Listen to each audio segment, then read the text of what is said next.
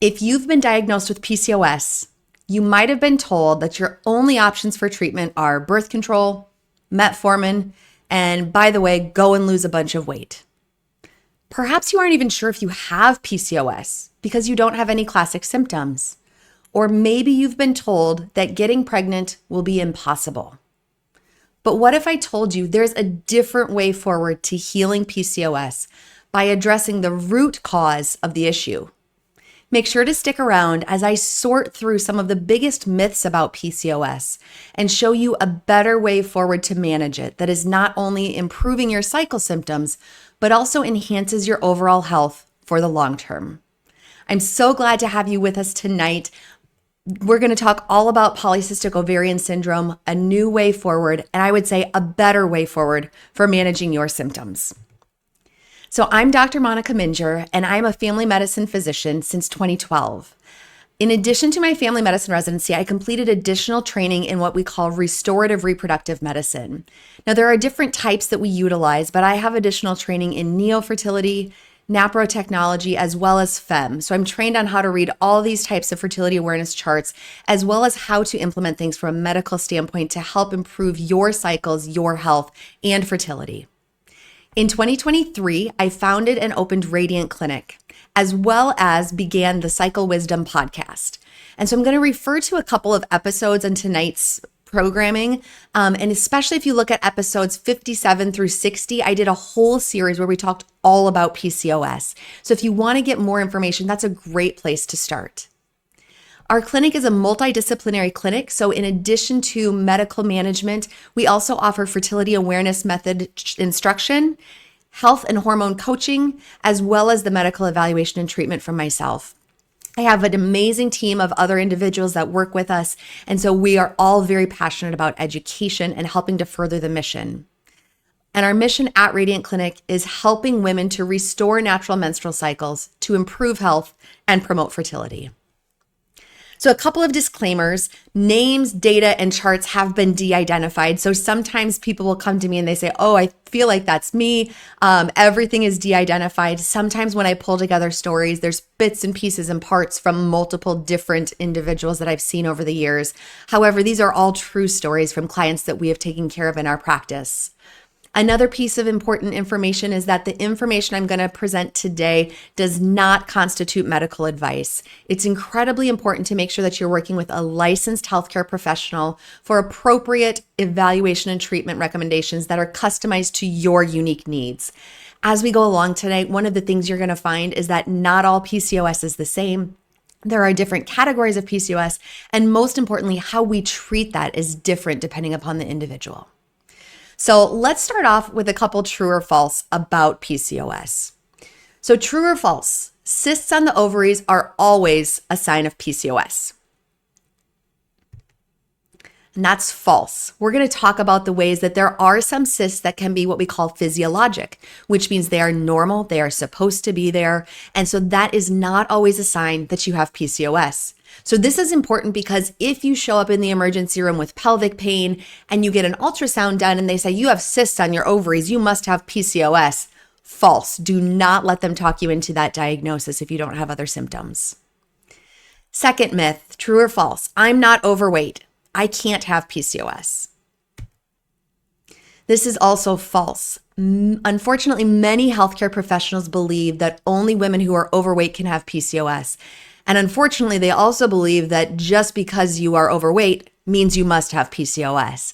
And so this is an independent factor. We're going to talk a little bit more how many women with PCOS do struggle with their weight, but it is not a prerequisite to having a diagnosis of PCOS. True or false, PCOS affects 1 in 10 women. And this is true. And actually, this number is climbing over the last few decades. And part of the reason for that we know has to do with environmental changes, dietary changes, stress. There's a lot of other things that impact this. And so we are seeing an increase in PCOS over the years. And final one, true or false, PCOS means I will have a harder time with getting pregnant. And this one I'm going to caveat as maybe. We know that women with PCOS typically do have more difficulties with getting pregnant. However, if we are treating the underlying causes, if we are improving ovulation function, we can and do see multiple women, even within our practice with PCOS, that are able to conceive. So let's get started with a patient story. And again, names have been changed, but I'm going to tell you tonight about Paula's story. So Paula came to me, she was 28 years old and G0, meaning she had never been pregnant before. At the time when she started seeing me, she was not trying to conceive.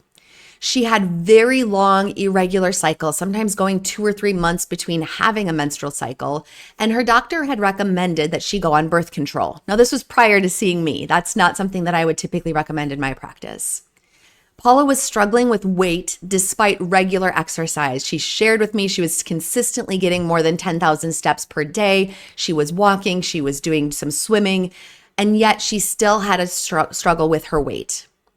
In addition to that, she also suffered from severe fatigue, facial hair growth, especially on her chin, which we call hirsutism in the medical literature. And she did have some deepening of her voice. She said, I've always been a really low alto. And so that oftentimes was concerning to her. At the time, she wasn't currently charting her cycles. And we're going to talk about the importance of charting your cycles as we go along, but that's just something to keep in mind. When we asked questions about her history, her family history was significant for both her mom and dad had diabetes. I think it was her dad that had thyroid dysfunction, and her mom and her sister had this diagnosis of PCOS. She also related that she was not currently taking any medications or supplements. She wasn't interested in trying the birth control that the doctor had recommended for her. And with her diet, she was limiting dairy and red meat, felt that she was getting a pretty well-rounded diet, but she did travel frequently for work. And so sometimes that was a little bit more challenging. So let's talk about in general some of the risk factors, and some of these you'll see are risk factors that Paula had. So PCOS does oftentimes have a genetic link. About 40 to 50% of women with PCOS have either a mom and or a sister that also have PCOS. Now, we don't know exactly how PCOS is inherited, and it's not inherited like eye color or hair color. So just because your mom has it or had it doesn't mean necessarily that you will get it. But we do see an increased risk factor of having PCOS if you have a family member that has had PCOS as well. There are other in utero factors, so meaning when you were a baby inside your mother's womb, if your mom was obese, if she smoked during pregnancy, or if you had a low birth weight. So if you were a baby born and you were under 6 pounds, or a post-term birth, meaning you went way beyond the 40 or 41 weeks of gestation. All of these do find that there's an increased risk of developing PCOS. Another risk factor is a sedentary lifestyle with minimal exercise. So if you're somebody who doesn't get up and get moving, you're going to be more likely to gain weight, which can then add to other troubles with insulin resistance, which can then further the hormonal issues that can play a role with PCOS. Along with that includes poor diet. Again, for the same reasons, oftentimes that weight gain can cause some issues. And all of these wrap together. So if you are a woman who is overweight, so if your body mass index is greater than 30 and you fall into that obesity category, or if you have rapid weight gain, so maybe you aren't in the obese category, but you just have a rapid weight gain, all of this will worsen your insulin resistance, which in turn increases androgens. So you're going to have increased testosterone levels, and it also is going to increase your risk of ovarian dysfunction. So that's a lot of big medical terms. I understand that. We're going to dig into that a little bit deeper when we talk more about insulin resistance, what that means, and how we can combat that, because that was the number one question that I was asked by many people is, how do I manage the weight gain that comes along with PCOS? So we'll dive into that a little bit later. So let's talk about symptoms. And what I would say for symptoms is that not everybody is going to have the same symptoms when it comes to PCOS. You may have some of these, you may have none of them, you may have a totally different set of symptoms, but in general, these are the typical things that we're looking for. So generally irregular periods, or sometimes just not having periods altogether, or not ovulating consistently. And so there are different ways that we can track that and chart that, but that's going to be one of the most common things we see is irregularity to your cycles. The other would be excess facial hair. So we're not talking about the peach fuzz that's on your cheeks. We're talking about facial hair on your chin, your sideburns. If a woman comes in and tells me I need to shave or I need to wax or I need to get rid of my hair on a regular basis, we call that hirsutism. And that hirsutism or excess facial hair is oftentimes linked to excess androgen, so those high testosterone levels. I will make one note here that not always is that linked to an increased elevated testosterone level. There are some women who have genetic components to that as well. So women of certain descents and certain lineages, sometimes they just have more hair in their family. And so sometimes that's just a part of genetics as well. But it is often a sign that we see with PCOS. The other would be excess body hair.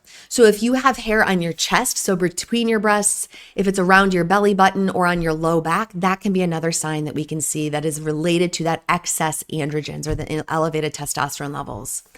And then severe acne. We know many women have hormonal acne, but especially if you have that deep infiltrating acne that's painful, that's cystic, especially if it's located on your chin, your chest, your back, all of those places can again mean excess testosterone levels.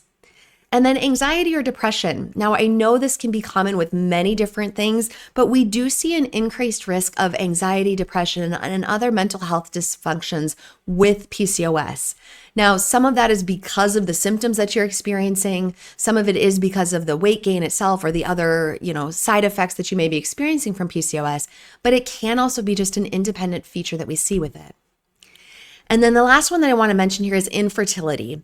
Especially common if somebody is not ovulating or having irregular cycles. And so if fertility is a part of your journey, or if that's something that you're hoping for in the future, we really want to focus on getting ovulation back on track and getting those cycles back to happening regularly.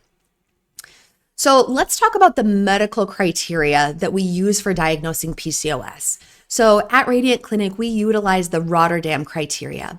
And what that means is there are 3 different criteria we look at for diagnoses, and you must have at least 2 out of the 3 criteria in order to meet diagnosis for PCOS. So the first would be clinical or lab findings of elevated testosterone levels. So this may be the facial hair growth, the severe acne on your chin, your back, your chest, or it may be the lab test findings of looking at the testosterone levels. So that's number 1. The second would be clinical signs of anovulation, so meaning you're not ovulating, or what we call oligoovulation, which means you're ovulating, but not on a regular basis. So oftentimes this is what will cause you to have irregular cycles. If you don't ovulate, there's nothing then that triggers your body to have that withdrawal bleed in order to have a regular menstrual cycle. So that would be the second criteria. And then the third criteria would be ultrasound findings. But I want to be very clear, just because you have cysts on the ovaries does not mean that you automatically meet criteria for PCOS.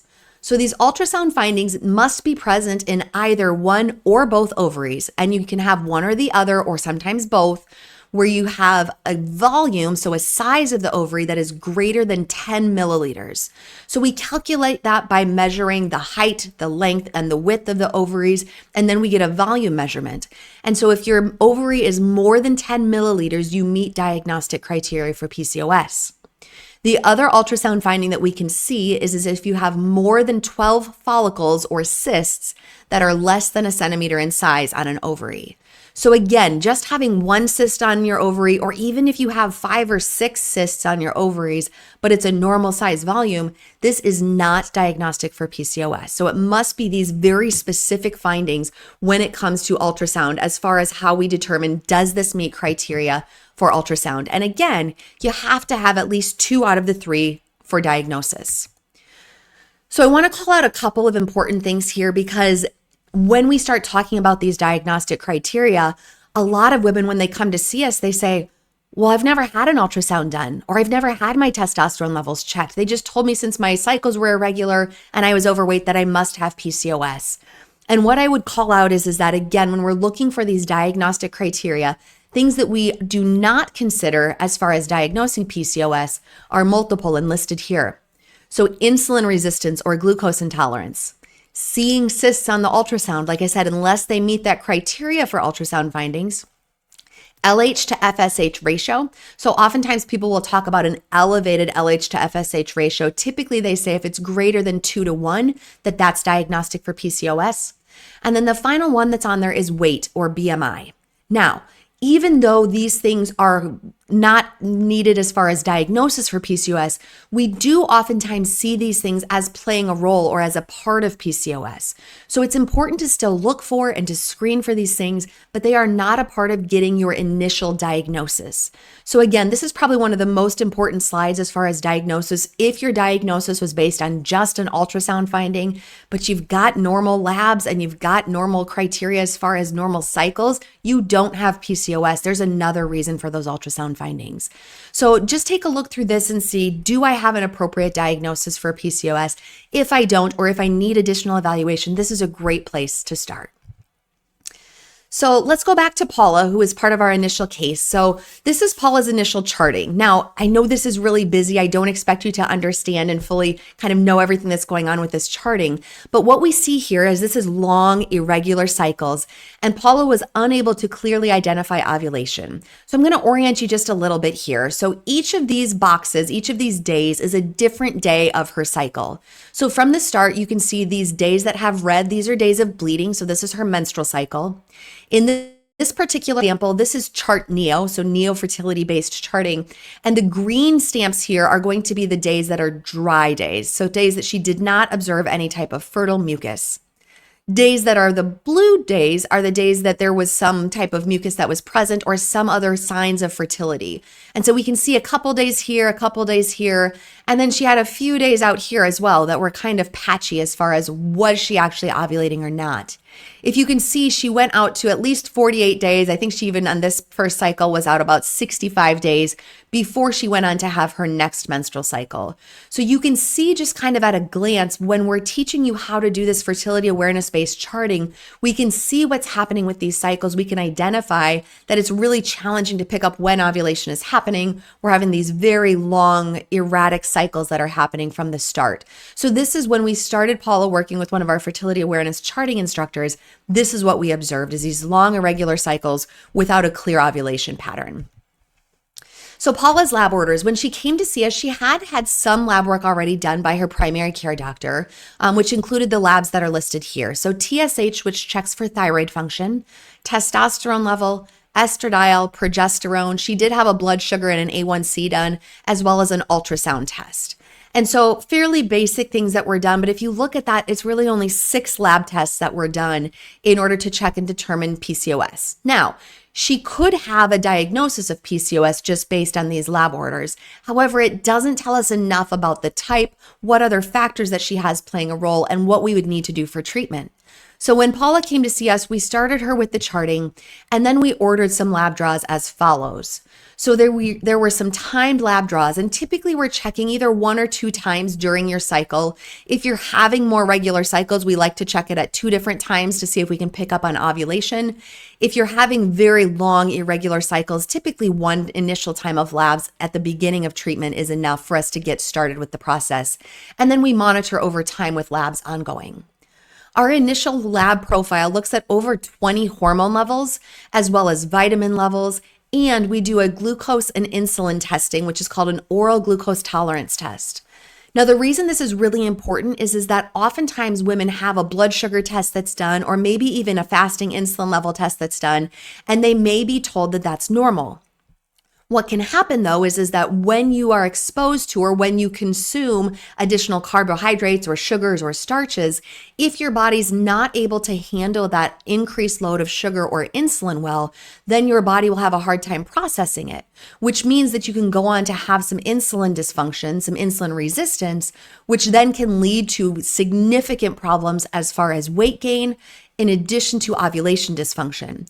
So all of our clients that come in for PCOS get at least a minimum the baseline blood sugar and insulin testing. If that's normal, then we go on to do this oral glucose tolerance test with insulin because it is so crucial as far as managing the symptoms. And then in many cases, we do also end up getting an ultrasound. However, it's not required to make the diagnosis, but sometimes depending upon what other symptoms are going on, that ultrasound can become really relevant as far as treatment goes. So Paula's ultrasound's results showed that endometrium, or the lining of her uterus, the inside wall, was 9 millimeters, which is normal. Her right ovary was 21 milliliters and had several small peripheral follicles, and the left ovary was 16 milliliters with several small peripheral follicles. So again, you can tell just by this ultrasound that she does meet criteria for ultrasound findings because of the enlarged size of those ovaries greater than 10 milliliters. So far, we've got one criteria for PCOS diagnosis. This is Paula's lab results, and in this case, we did them not timed to her cycle because her cycles were so irregular. So again, I don't expect you to understand all the ins and outs of this, but really to be able to highlight that anything that's in bold is something that's abnormal. So in Paula's case, her estrogen levels, that estradiol was low. Her cortisol was actually also really low. And we're going to talk about in a little bit how adrenal dysfunction is very common with this because having PCOS puts significant increased stress on your body, not just from the emotional stress that we think of, but the physical stressors can play a huge role when it comes to cortisol. Her SHBG, which is sex hormone binding globulin, was actually really, really low, which is something we commonly will see. And oftentimes this is meant to help downregulate, meaning so we don't want to get as much of the excess hormones bound and transferring in her system.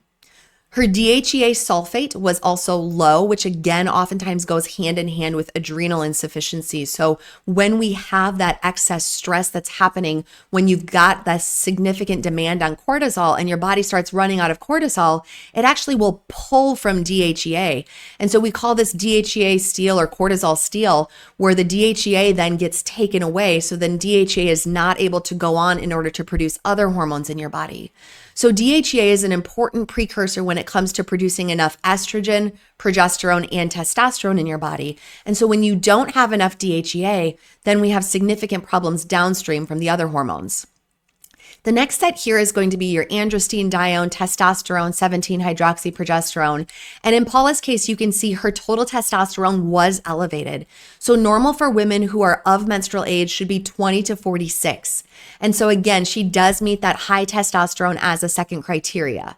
Now, we did know that she had some troubles already as far as the facial hair growth and the acne. And so that in and of itself could have counted as a second criteria. But she does have the high testosterone, so meets criteria times 2. And then the third piece in her case would be the irregular cycles or the anovulation. So in Paula's case, she actually did meet all 3 criteria. So we'll talk about the breakdown of that in a little bit, but I want to share with you the rest of her lab results because this is why it's so important to do a deeper dive. So we took a deeper look at her thyroid function, and it did show that she had some thyroid dysfunction. So her TSH levels, that's one of the screening markers we look at, was a bit elevated. Now, many conventional doctors would argue that this is not high enough to need treatment, and I agree, it might not need prescription strength medications, but it is something to notice. The other is that her T3 to reverse T3 ratio should be between 10 to 14, and she was at 8.7. So that's a little bit on the low side. And that tells me that her body is working more in order to try and get that good thyroid function of the thyroid hormones into the cells where it needs to be. And then we also take a deep dive look at all of the vitamin levels. So she was vitamin D deficient. Ideally, we like to see that number somewhere at least 40 to 50. Her iron stores, ferritin looked great. And then if we look at this LH to FSH ratio, it was elevated. It wasn't quite the 2 to 1, but it was 1.7, so a bit elevated. And hemoglobin A1C, so that's a general 3-month marker on blood sugar readings. Now hers was a little bit elevated, but not in a diabetic range. And the importance with this and why it makes a big difference is that you can have a blood sugar reading that is totally normal. And so your A1C will be totally normal, but you can have some problems with insulin resistance. And so this is the oral glucose tolerance testing that we did for Paula. And it showed her blood sugar. She did have some troubles with her blood sugars. So we saw that right out of the gate, her fasting blood sugar was elevated, as well as her 60-minute and her 120-minute was borderline. So what we do with this oral glucose tolerance test is that we say we get your baseline fasting lab test. They draw your blood when you've been fasting. Then we give you something to eat or drink that's sugary. We aim for 50 grams of glucose. And then we check your blood again after 30 minutes, 60 minutes, 90 minutes, 120 to see how does your body respond to that increased sugar load. The idea is that we're trying to simulate what would happen if you had a meal, especially if it's higher in carbs or in sugar. And so if we were to just look at Paula's glucose levels, not too terrible. Definitely, some that are out of range, but not ridiculous. However, if you look over here at her insulin levels, insulin levels are really what got out of range really quickly. So right out of the gate, her insulin level should be less than 10, and she was at 42. So 4 times the limit of normal for a fasting insulin. And unfortunately, when we gave her the sugary drink and continued to check her lab levels, insulin just got worse as time went on. So got very, very elevated. And again, at its peak, reached 567. So basically 5.5 times what we would expect to see for normal. So again, this is why it's so important to be checking this. This is not a test that is oftentimes done unless you're pregnant. And even then, insulin levels are not frequently checked. And so again, the reason that this test is really, really important is that when we have insulin resistance, your body's metabolism slows down drastically. Your ability to digest food, your ability to manage glucose and carbohydrates significantly suffers. And oftentimes this is what leads to weight gain for many women with PCOS or insulin resistance. The other thing I'd like to mention is that just because you have insulin resistance does not mean you have PCOS. So we do oftentimes check this test, even if it's not a client that has PCOS, but oftentimes we'll check it in people who are struggling with weight loss or who have metabolic deficiency or thyroid dysfunction, because we oftentimes will see that the actual cause is insulin resistance. The other reason this is so important is that when we see insulin resistance, it typically will lead to ovulation dysfunction. So it's your body's way of saying, hey, I've got a lot of insulin I'm dealing with. I don't know how to manage it. And therefore, it's probably not a good time for me to ovulate regularly. And so oftentimes when we're seeing that women are not ovulating, it tracks back to this insulin resistance. And so I'm going to keep coming back to that because it does end up being a mainstay of treatment in many, but not all women. So there is one possible newer criteria that's out there, and I did want to just include this for completeness sake. They're discussing in the medical groups and lab looking and all this fun stuff that if we see somebody with an AMH, so an anti-Mullerian hormone that's greater than 5, they think that this may also be potentially a new diagnostic criteria that we can look for with PCOS. So as of this moment in time, in March of 2025, it is not yet classified as an actual diagnostic criteria, but that is something else that we oftentimes see. And the reason this is important is that a lot of times women are given this false sense of reassurance that, hey, everything is fine. I've got eggs for days. I don't have to worry about premature ovarian failure because I have this really high AMH. And in the cases of women with PCOS, oftentimes AMH will be elevated because of PCOS. So it doesn't end up being a very good marker as far as ovarian reserve in women with PCOS. So just wanted to throw that out there. So again, this is what I mentioned as far as different types of PCOS. And I think this is, in addition to the diagnostic criteria slide, I think this is probably one of the other most important slides. Now, again, you don't need to memorize what type and what flavor and what all components need to happen. But what this does is it helps to show you that there are different types of PCOS. And this makes all the difference in the world as far as being able to diagnose it, as well as being able to understand severity. So starting off with phenotype A, this is the most common type, and it impacts anywhere from 50 to 70% of women with PCOS, depending upon the studies that you look at.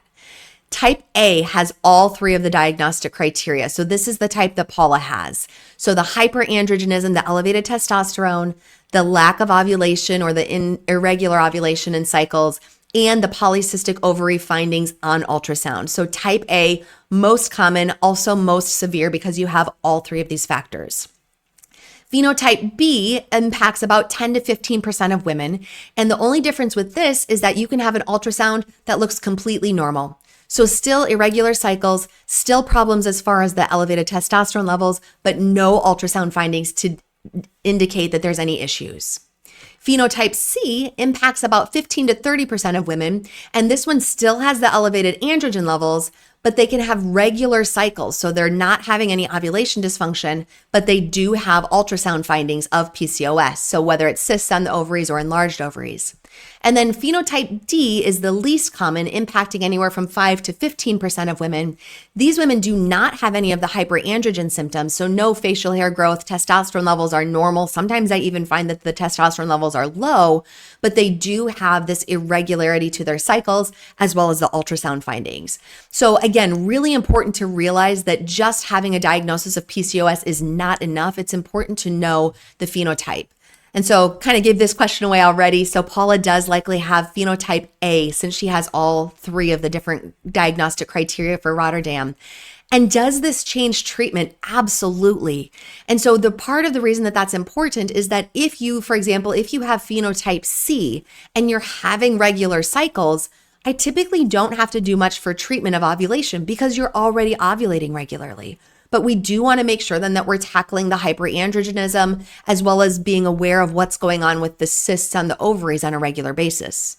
If you have phenotype D, your androgen levels are normal. In fact, we may need to help increase them, but you have a hard time with your ovulation and those ultrasound findings. So it makes all the difference in the world to know what type of PCOS you're dealing with, as well as to understand what are the other things that come along with PCOS that aren't a part of that diagnostic criteria, as we saw in Paula's case. So let's go back to Paula's results and treatment plan. So again, PCOS diagnosis type A. Obviously, from her lab findings, she did have significant insulin resistance. She also had thyroid dysfunction, and so that is something that commonly happens along with PCOS, but it can be completely independent. And then in Paula's case, she did have the excess androgens. Again, we knew that based on her facial hair and her acne, but being able to confirm that on lab findings was really important. And so treatment, this is going to be kind of a generic list. I'm going to dive into a little bit more as far as treatment, but really our treatment focuses on a few main areas, especially when it comes to PCOS. So the first is going to be lifestyle changes, and we're going to talk about that in the next slide as far as how we would address those lifestyle changes. What do we talk through? The other piece that becomes really important for many women is working with a dietitian or a health coach and really being able to help them to understand what do we mean with balancing your carbohydrates. We don't want you to restrict food. We want you to be able to have a nice, healthy, well-balanced diet and be able to have something that's sustainable for the long run, not just putting you on a diet. We also talk about particular supplement recommendations.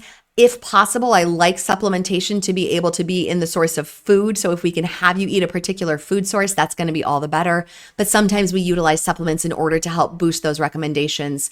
And then prescription strength medications. We do utilize many prescription strength medications, but in my practice, I never ever prescribe hormonal birth control as a fix to PCOS. It is a Band-Aid. It is garbage. It creates more problems than what it helps. And treating with hormonal birth control is never the right answer for any women's health condition. And I will argue forever about that. So prescription medications, if we're utilizing them, they're going to be specific to your cycle. We're going to time them according to when you need to take them. We're going to make sure that we're monitoring the dosages and adjusting them based on your lab findings. So as I mentioned, these are some different lifestyle recommendations for balancing hormones. And in our practice, we primarily are looking at 5 different areas. So from the start, we're always talking through how can we help, where may we need to balance some of these lifestyle changes. So sleep. This is sometimes the most challenging thing, but we want to make sure that you're getting regular sleep. At a minimum 7 hours per night, ideally aiming for 8 hours per night. I know that can seem like a lot. If you are somebody who is currently getting much less than that, don't try and jump straight to 8 hours. Slowly work yourself up and say, okay, I'm going to increase by going to bed 15 minutes earlier. I'm going to make sure I'm shutting off my screens. I'm going to make sure that I'm getting that deep, restful sleep. Also, if you're somebody who snores when you sleep, or you start gasping for air, or feel like you might have sleep apnea, it's incredibly important to make sure that sleep apnea is treated. Sleep apnea in and of itself has multiple different health risks like heart disease, diabetes, obesity, and a shorter lifespan associated with it. And so it's incredibly important to make sure that you're getting good sleep for overall health, but also to make sure that we have that restful sleep to balance your hormones. Stress is also incredibly important to manage. I wish that I just had a switch that you could just flip off in order to help improve stress. It doesn't work quite like that. And so ideally finding ways to manage your stress are really important, whether that's through deep breathing, meditation, prayer, talking with a friend, enjoying a hobby, exercising, finding some way to help manage that stress, setting up healthy boundaries, removing people that create more stress in your life, perhaps backing off on your work schedule, whether that's less hours, a change of job, but really being diligent about the impact that stress can have on your body. And diet. Again, when I mention diet, I don't mean going on a diet. I mean working through balancing those hormone levels from healthy eating. And I'll talk a little bit about that when we talk about balancing insulin and insulin resistance. Exercise is interesting. Exercise is one of the only things with PCOS that differs from our general recommendations for balancing hormones. And so what we talk about with women that have PCOS as far as exercise, they have found that regular cardiovascular exercise, so something to do that's getting you a little bit sweaty, ideally 4 to 5 days per week for 30 to 45 minutes at a time is really what's recommended. If you can add in some strength training or resistance training along with that, all the better. And that's really what the focus is for PCOS. And again, that differs from balancing hormones for other reasons. So that's not a blanket statement, but for PCOS, really important to be able to get that regular exercise. And then the fifth and not least important by any means is mental health. We know that women that have PCOS have a higher risk of anxiety and depression. And so making sure that we're addressing mental health, working through things with either a licensed counselor or therapist can be incredibly helpful. Making sure that if needed that we are adjusting supplements or medications in order to be able to balance that mental health piece is so important in order to make sure everything is in good place for balancing your hormones more naturally. So let's talk a little bit about treatment goals and options, and we're going to break it down kind of by category with each particular thing as far as kind of big categories here that oftentimes are seen as with PCOS. So the first is going to be improving ovulation. So some people will tell me, well, I'm not trying to get pregnant. Why do I care about ovulation? If you're ovulating regularly, it's going to mean that you're going to be correcting any irregularity to your cycles. So ovulation is a great vital sign. We will see oftentimes that if you're not ovulating consistently, that's what throws off the cycles. If we can get you back to ovulating on a regular basis, oftentimes that will create that regularity to the cycles, which can be a huge difference as far as seeing that cycle turnover frequently. So how do we do this? It's different for every woman, but some of the things that we will utilize include prometrium. So this is bioidentical progesterone. It is a pill that you can get from your regular commercial pharmacy, and we time it and we do it in different waves in order to help you cycle regularly. So typically with progesterone, we're using it for just 10 days out of your cycle in order to try and trigger a withdrawal bleed. Now, this isn't always a menstrual cycle because it is not happening in condition to regular ovulation, but oftentimes by cycling that progesterone over time, we can start to elicit a regular ovulation cycle. If you're trying to conceive, we oftentimes will jump to ovulation stimulation. So the most common medication we use in this case is letrozole. If you haven't heard of letrozole, it's kind of similar to Clomid, but Clomid is actually bad news for PCOS. We typically don't utilize Clomid with PCOS because it can cause significant hyperstimulation, meaning you can produce way too many follicles, which can lead to an increased chance of twin or triplet pregnancy.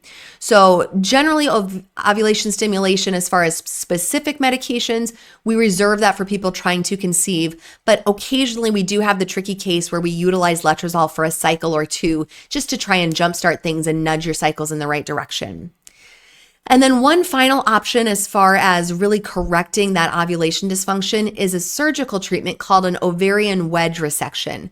Now, this sounds terrible. It sounds really, really scary. But basically what happens is that we have a specialized surgeon that goes in and they actually remove part of that ovary in order to make it a smaller size. And so again, if you think about what we're seeing on ultrasound, those ovaries that are larger than 10 milliliters, if we can shrink that down in size, we're oftentimes able to then improve the output that happens from that ovary. So we do utilize ovarian wedge resection in some cases, most often if somebody is already going in for surgery for some other reason.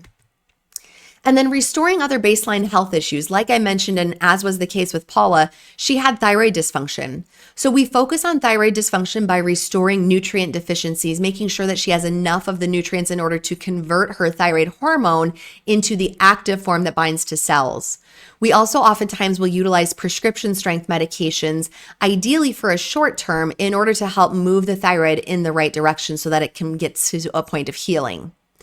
Adrenal gland dysfunction is also something we commonly will find along with PCOS. So as we saw with Paula, she had low cortisol levels, she had low DHEA. And so we talk through not only lifestyle changes in order to balance that, but oftentimes we will utilize supplements in order to help boost that adrenal function, in order to help give her adrenal glands a break and be able to restore and recover from those physical stressors that we're having. And then finally, the treatment of anxiety, depression. So one of the common treatments we utilize in our practice is low-dose naltrexone. Now, this medication works great to help boost endorphins. And endorphins are the biochemicals that are in your brain, like serotonin and dopamine, that tell your body, I'm happy, everything is okay, all is well with the world. And so by actually triggering your brain to produce more of that serotonin and dopamine, we oftentimes are able to help reverse and correct that underlying anxiety and depression. Now, with that being said, sometimes naltrexone isn't enough. And so certainly there are cases where we recommend people work with their primary care provider to be on prescription strength medications and go through therapy with a licensed counselor or therapist in order to help with their anxiety and depression symptoms. Okay, treating facial hair growth, hirsutism, facial hair growth, and acne. This was the second most common question that I got asked. And so the goal again is correct the underlying androgen imbalance. Now, a common reason why many women are put on metformin is to treat the blood sugar problems, but metformin also decreases testosterone conversion by about 20%. So oftentimes we'll find that metformin can help to reduce the testosterone levels, although it's definitely not the only thing that I would use. Frequently in our practice, we use low-dose prednisone. And so prednisone at low dosages will decrease testosterone production, which works really, really great for helping to suppress those testosterone levels. When we prescribe it at a low dosage, we get around some of the side effects that would otherwise be seen if you're getting prednisone at higher dosages. So overall, creates a really nice, safe, long-term outcome. We also would address acne by using acne medications. So I know that seems counterintuitive, but oftentimes women come into their primary care doc or their OB and they say, I have all this hormonal acne, and they get put on birth control because of it. And my argument would be, if you are a male and you come into your doctor with acne, they're not going to put you on birth control. They're going to treat you with acne medications, whether that's topical treatments or oral treatments. And so those same acne medications can be utilized in women in order to treat their acne symptoms as we're addressing the underlying androgen imbalance. Spironolactone is another common medication that is utilized in order to help decrease androgen levels. And the way that this works is it blocks testosterone production and interferes with that gonadotropin releasing hormone, which is going to, again, decrease androgens as well as some other hormones. Now, one important piece with spironolactone is this medication should not be used if you're trying to conceive. It is not safe with pregnancy. The other thing with spironolactone is it is technically a blood pressure medication and a diuretic, which means that it's going to rid your body of excess fluid and can decrease your blood pressure. So spironolactone is not one that I frequently recommend or use for treatment in our practice, but I know that it is one that is commonly used specifically if this is your main concern. And then as far as getting rid of the facial hair growth, cosmetic procedures are about the only thing that's going to remove the hair completely. Now, my recommendation with this is don't go through expensive cosmetic procedures until after your testosterone levels are normal.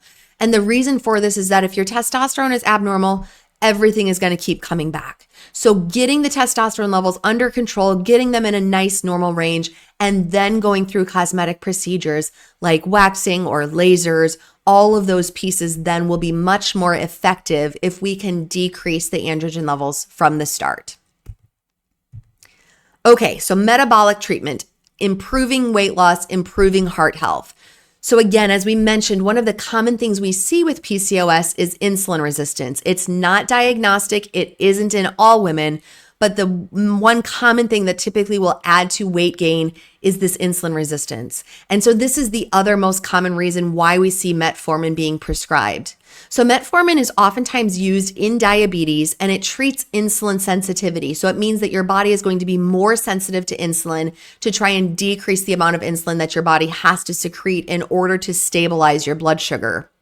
Metformin also works to block your liver from producing excess glucose. And so because of this, metformin oftentimes does help with weight loss. It binds the extra sugar that's in your system and gets rid of it through your gut. So metformin does become a really powerful tool that we utilize to treat insulin resistance, and it is commonly prescribed even in our practice for PCOS, but again, not across the board. Myo-inositol is another great supplement that helps with balancing blood sugar and insulin. And the other great thing about myo-inositol is that it helps with restoring ovulation function. They aren't exactly sure how that works, but what we find is that after 6 months on myo-inositol, many women independently start to ovulate again when everything else is being corrected as well. So myo-inositol is a very common mainstay that we utilize in our practice. And then dietary modifications. Again, we're talking about carb balancing, not restricting. So many women are told that carbs are evil, that they're going to just stick to you and that that's what causes you to gain weight. And so they cut out carbs altogether. And the reality is that when you don't have enough carbohydrates or you don't have enough of the healthy sugars and healthy starches in your diet, your liver will just spit out a whole bunch of glucose, which then will skyrocket your glucose, it will skyrocket your insulin, and can continue to create this insulin resistance picture. So it's really important instead that we talk through balancing your carbohydrates. That means making sure that anytime you have carbs or starchy or sugary foods, that you're having it along with protein. We also want to make sure that you're getting enough carbs with each meal, but not too much. And for most women, we're wanting to aim for somewhere between 30 to 45 or 50 grams of carbs per meal. If you don't get enough, you're going to struggle with insulin resistance. If you have a whole lot more than that, your body's not going to know what to do with it. And oftentimes that's what will store in your fat cells, which causes you to gain weight. So all about carb balancing, not avoiding carbs altogether. And that's a really important point. It's really counterintuitive. It's very countercultural. And so that's a really important piece that oftentimes we'll have you work on with our dietitian or with one of our health coaches. And then again, managing weight, as I mentioned with PCOS, that regular cardiovascular exercise 4 to 5 days per week, 30 to 45 minutes of sweaty time, and strength resistance training as well. So let's tune back into Paula. So as we got working through all of these pieces with Paula, we're working on lifestyle, we're working on supplements, we're working on the medications, we started to see more normalcy to her cycles. So again, I'll point out that early on, she started to have a much more regular pattern with her bleeding. She had consistently 5 to 6 days of bleeding, whereas previously it had been maybe 7 to 8 and it was a little bit spotty. We also started to see this actual ovulation window. And so we're seeing this fertile window, again, identified here by these blue stamps, which show us that yes, indeed, she is appearing to be ovulating. Her body's starting to ramp up and try and have that fertile window. And again, that gets better as we go through each cycle. And then the other point that I'll point out here is that initially in Paula's case, her cycles got a whole lot shorter. So 24 days on these first couple of cycles, which in actuality is probably a little bit too short. And her luteal phase was really short as well. So luteal phase is the time from after you've ovulated until your next period starts. And so in this first line, Paula's luteal phase was only 5 days. The second line, it increased up to 11 days. And then by the third line here, she got up to about 14 days, which is more normal. So ideally, we're looking for somewhere between 13 to 15 days as being a pretty normal cycle. So by the time we hit this third cycle, I'm feeling pretty good about Paula's charting. It looks to be in really good shape. I'm consistently able to say, yes, it looks like she's ovulating and what we're doing is on the right track. So why is this important, especially if we're talking about fertility? And I know that not all women with PCOS are trying to get pregnant, or maybe you're not trying to get pregnant yet. But in the general population, 70 to 80% of women with PCOS have a difficult time with getting pregnant. And this is so important because I don't want women to wait until they want to try and get pregnant and then think that's going to happen magically all of a sudden. So many women with PCOS are put on birth control and then they're told, hey, when you want to get pregnant, stop the pill and we'll figure it out then. And oftentimes they don't ovulate, things aren't regular, and then they're told that IVF is their only option. So the reality is that yes, it's very common to have fertility troubles with PCOS. However, there are ways that you can improve your chances. So as we did with Paula, we started with charting the cycles, helping to be able to identify if and when you're ovulating makes all the difference as far as being able to conceive. And then balancing your hormones. Again, if Paula had just come to us with those irregular cycles, things would not have gone well from a standpoint of trying to conceive. The other thing that's really important is that ideally trying to get treatment well before you want to get pregnant. So even if it's not on your radar, please know that it may take 1 to 2 years to get things back on track before you're able to conceive. And so if you come to me and you're trying to get pregnant and you wanted to be pregnant already a year or two ago, Sometimes it's challenging to have that weight of saying, okay, it takes time to get your body back on track. And that waiting can be really, really difficult if you're wanting to get pregnant right now. During your pregnancy, we also want to monitor hormone levels. Women with PCOS do have a higher risk of miscarriage. And so it's really important that we're monitoring your hormone levels because we can oftentimes balance and supplement with progesterone and helping with other supplements to implement and increase your estrogen levels in order to help decrease your risk of miscarriage. And then, of course, continuing your good, healthy lifestyle, controlling the insulin, controlling a healthy weight, because many women with PCOS do end up with gestational diabetes, but it is possible to balance it and not be just another statistic when it comes to fertility. So let's talk about long-term health consequences, because sometimes women will come to me and they'll say, you know what? I don't have any problems with my weight. I don't really have problems with facial hair growth. I have a cycle only every, 2 to 3 months. I'm okay with that. Why would I want to treat PCOS? Can't I just leave it alone?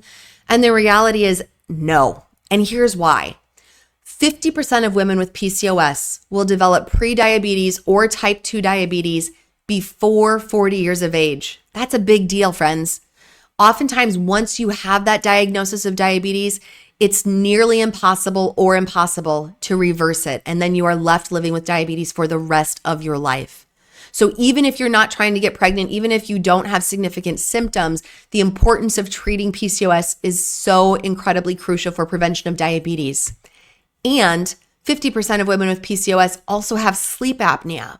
Now, oftentimes there are coexisting disorders along with this. Oftentimes that's going to be along with the obesity or being overweight or having a thicker neck. But again, as I mentioned, sleep apnea, if left untreated, also increases your risk for heart disease, stroke, and early death. So really important to treat PCOS because of these other health risks. Women with PCOS also have an increased risk of heart attack and stroke. Again, it's this whole metabolic syndrome. So being overweight, having insulin resistance makes it really important to treat this to avoid these complications of cardiovascular disease. Additionally, women with PCOS are 3 times more likely to develop endometrial or uterine cancer, again, if it's left untreated. And so this is really important because if you aren't having regular cycles, if you don't have normal shedding of your uterine lining by having a period, you've got this unopposed estrogen. And many women with PCOS have this excess estrogen, which over the years can lead to increased chances of endometrial cancer.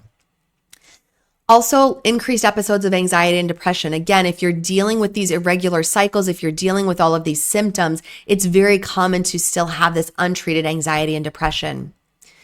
Again, increased liver disease. Again, this goes back to that metabolic syndrome and insulin resistance, and liver disease can be incredibly impactful when it comes to things like non-alcoholic fatty liver and having liver failure and liver problems as time goes on. And then again, as I mentioned, pregnancy complications. So this is why it's so important to follow throughout a woman's entire pregnancy if she had PCOS diagnosed prior, because women with PCOS have a 3-fold increase of gestational diabetes. They have a higher chance of their babies being in the NICU, higher chance of C-section, double the risk of preterm birth, as well as preeclampsia, which is associated with elevated blood pressure and kidney problems. And so there are some obviously very significant, very serious potential long-term health consequences if left untreated. Now, I will say, if we treat PCOS, if we manage the hormone imbalances, if we get you back to regular cycles, if we get back to regular ovulation and things happening consistently as they should be, we significantly reduce these health consequences. And in many cases, we go back to your pre-morbid condition where we say you are now back to normal average risk for all of these health conditions. So again, incredibly important to realize PCOS is not something to just say, cool, we're going to brush it under the rug, or I'm not going to treat it, because we must address these issues in order to prevent long-term health complications. So what are the benefits of a restorative reproductive medicine approach? So again, that's what we practice at Radiant Clinic is focusing on this personalized, holistic care. A big part of our mission is empowering women through education and body literacy. So really focusing on teaching you how to chart your cycles, how to track what's going on, giving you the tools you need in order to explain and understand which pieces of this are hormonal, which pieces of this are outside of myself. And that also allows you the opportunity to avoid any unnecessary treatments. So oftentimes women are subjected to things like IVF or IUI. They may be told that's your only option for getting pregnant. And this is an unnecessary treatment. If we restore your hormones, if we restore your cycles, we are able to conceive many times with less expensive, less invasive testing. And again, improving your outcomes of menstrual symptoms and fertility. When we compare our numbers when it comes to restorative reproductive medicine, our numbers far exceed live birth rates when it comes to comparing to IVF at a fraction of the cost and improving your health for the long term. So what now? This is so much information, and I realize that there's a lot that goes into this. So my first step for you would be learn a fertility awareness charting method. We have amazing instructors that can teach through our clinic. They can also teach virtually or telehealth. They can teach in any state or country. We do even have some international clients at this time, which is really cool. So learn a fertility awareness charting method. This will give you the tools you need to be able to really map out what's going on with my cycles. Am I ovulating? Does it look like I have a normal pattern? The other thing you can do is book a free discovery call with me. If you're not already working with us, go on our website, radiantclinic.com, and you can schedule a free discovery call to talk with me about if our services are right for you and what your next steps should be. I'm currently located in Cedar Rapids, Iowa. That's where our clinic is. And we can do telehealth throughout our state. And we are continuing to expand access in many different states. We're currently up to 10 different states that we can serve. We have 2 or 3 that are pending, and we're always looking to add more. So if we don't currently serve your state for medical licensure, no problem. Let us know. We're happy to look into getting a license in your state so that we can provide services. You can also work with our hormone or health coach. So maybe you're not exactly sure, are my symptoms hormonal? Does this link? Does this make sense? And you can have a free discovery call with our hormone or health coaches. And again, those can be accessed through any state since they are not licensed physicians, but they are certified coaches. And then finally, follow our podcast. Like I mentioned, Cycle Wisdom, we can be found on most podcast platforms. There's a PCOS series that I did, episodes number 57 through 60, that specifically break down and talk about PCOS. And so that's a great place to start, but I also have lots of other sprinklings of PCOS podcasts that I've been doing over the past couple of years. So that's another great opportunity.